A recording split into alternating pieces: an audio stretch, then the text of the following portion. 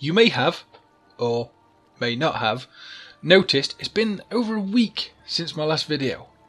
And there's a reason for this. A very heartfelt, important reason that I need to share with each and every one of you. The reason is because I've recently got married.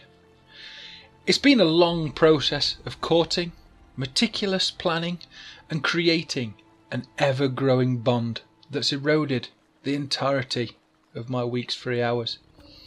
I found myself a beautiful lizard lady called Matty, and she and I have joined together in this commitment. The marriage was consummated by her, pretending to be dead while I did press-ups on her.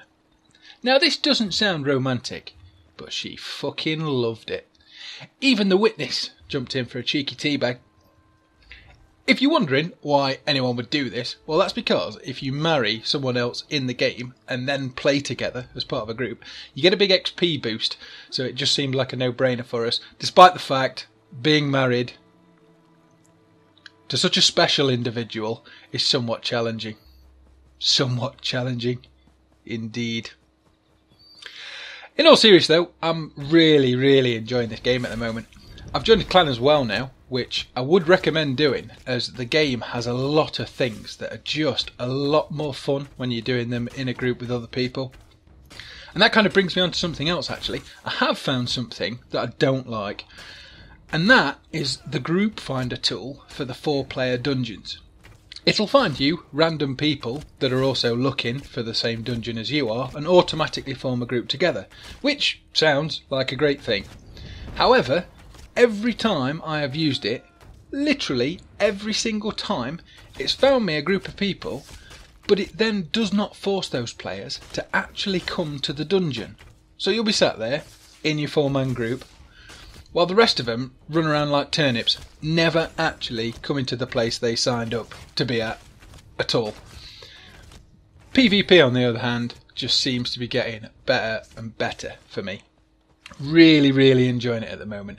The clips you're currently watching are all taken from the PvP zones. I've gone for a sort of stealthy archer in my build, which seems to be working great for me. When I'm solo, I tend to go around looking for sneaky kills, trying to get 1v1 fights. If I go into the PvP zone with a group, I'll follow the herd and go for the big battles. For me, there's something that little bit more intense when you get into a 1v1 or a 2v2, or indeed, in some of these clips, a 1v2. I think the melee classes, or at least the melee spec classes, seem to struggle in the bigger engagements, as whichever poor sod gets to the front of the battle tends to get peppered with arrows, lightning bolts, flame balls, trebuchet shots, ballista shots. So if you're going in with swords and you're going in close on a big battle, be ready to respawn a lot, seems to be what I've learned from watching and playing this through.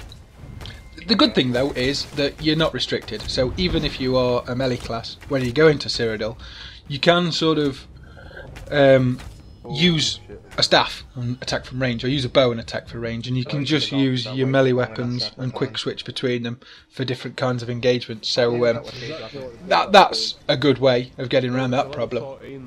Also, what I wanted to kind of ask, a request really, if anyone knows this game inside and out and has been playing on a PC for the last year or so, if they've got any advice or tips for me as a Nightblade, I'd love to hear them, just because I want to improve the class. I don't want to miss anything, so if there's any set path that people have found better than the other, let me know.